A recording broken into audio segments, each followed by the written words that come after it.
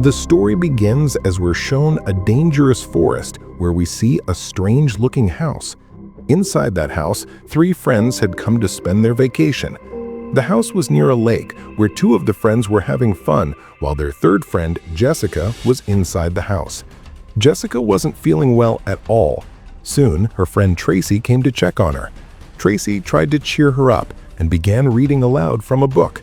But suddenly, something strange happened. Jessica started reading the same book in a weird, demonic voice. Her voice didn't sound like her own anymore. It was as if someone else was speaking through her. Jessica suddenly began vomiting. Her eyes changed color, and in the next moment, she ripped off her friend's scalp, pulling her hair and skin off her head. Then she went outside and decapitated her other friend, Caleb. Jessica had killed both her friends. We then see her levitating in the air. But who was Jessica? Why did this happen? And how did it all start?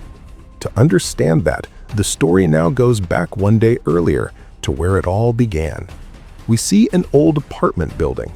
In one of its apartments lived a woman named Ellie with her 3 children. She had separated from her husband 2 months earlier. One night, Ellie's sister Beth came to visit her. Beth brought gifts for Ellie's kids, and even one for Ellie's husband, not knowing that Ellie and her husband had split up. When Beth asked about him, the mood turned sad. Ellie then sent her kids out to buy pizza so she and Beth could talk privately. While the kids were returning with the pizza, a sudden earthquake struck. The children took shelter in the parking area. After a few moments, things calmed down. Ellie's eldest son, Danny, noticed a large crack had opened up in the parking floor. The hole was big enough for him to go inside. Curious, he decided to explore it. Inside, he found some old books, several tape recordings labeled Part 1 and Part 2, and photographs of priests. There were also many holy crosses, suggesting that something evil had been sealed there. Danny also discovered a coffin with a carving of Jesus Christ on it, and inside it, a book wrapped in cloth. Without realizing the danger, he took the book home. Meanwhile, Ellie was worried because she had seen news of the earthquake on TV. She went to a neighbor's apartment, asking a young man there to help her find her kids. A kind old lady from the building was there too. Soon, the kids returned home using the elevator. Ellie scolded them, saying, "You should never use the lift during an earthquake." After that, she picked up some clothes and went to use the lift herself. Meanwhile, Danny took the book and the tape recorder into his room. He tried to open the book, but it wouldn't budge. It was sealed shut with sharp, teeth-like edges. The book looked like it was made of human flesh. When Danny's finger accidentally got cut on one of the teeth, his blood dripped onto the book, and shockingly, the book absorbed the blood and opened on its own. Inside, there were terrifying drawings, as if it was some kind of magical or cursed text. Instead of reading, Danny played the audio tapes. In the first tape, a priest explained that he and his fellow priests were studying the book. It described horrifying rituals and spells. Then he played the second tape, where the priest said where the book had been found. Suddenly, the recording was interrupted by strange, demonic sounds, as if something evil trapped inside was trying to break free. Danny tried to stop the tape but couldn't. At the same time, we see a dark force escaping from the tape, entering the elevator where Ellie was standing. It violently twisted her body and broke her bones. Danny was still trying to stop the recording but failed. The lights in their apartment went out,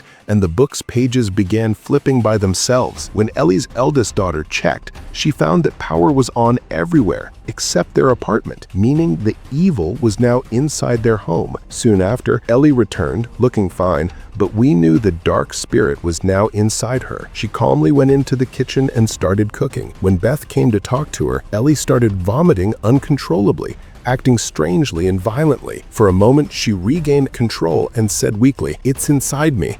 Don't let it hurt my children." Then she collapsed. Beth and the kids tried to take her to the hospital, but they were afraid to use the lift, and the stairs had been damaged by the quake. They laid Ellie on the bed. When the neighbor boy tried to close her eyes, they opened again. Then again, after he closed them, everyone began to pray for her soul. Beth sat beside Ellie, telling her how much she loved her. Suddenly, Beth's phone rang, and to her horror, it was Ellie calling from the other side, crying, "My body is burning. Someone help me." Ellie then sat up, alive again.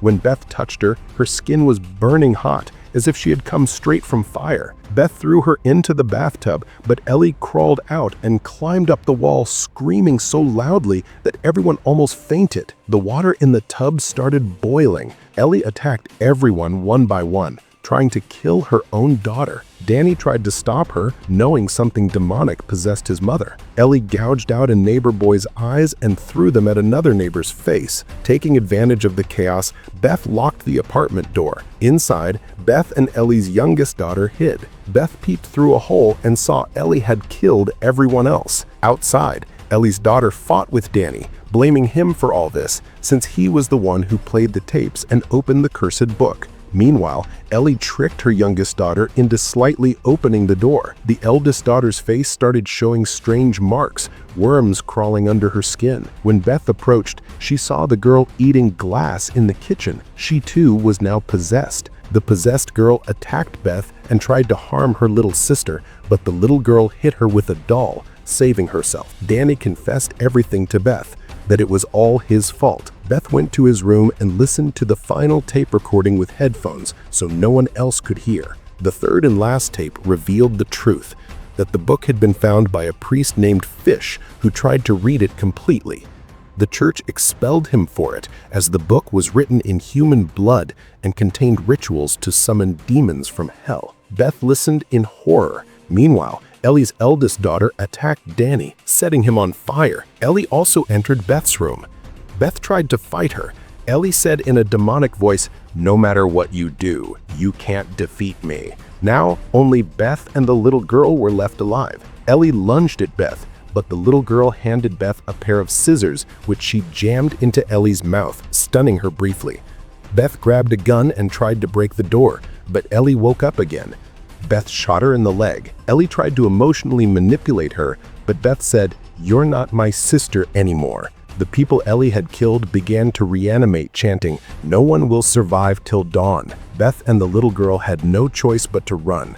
The elevator was damaged and the keys were stuck inside because Ellie had them when she was possessed. The little girl cleverly retrieved the keys and got the elevator working again.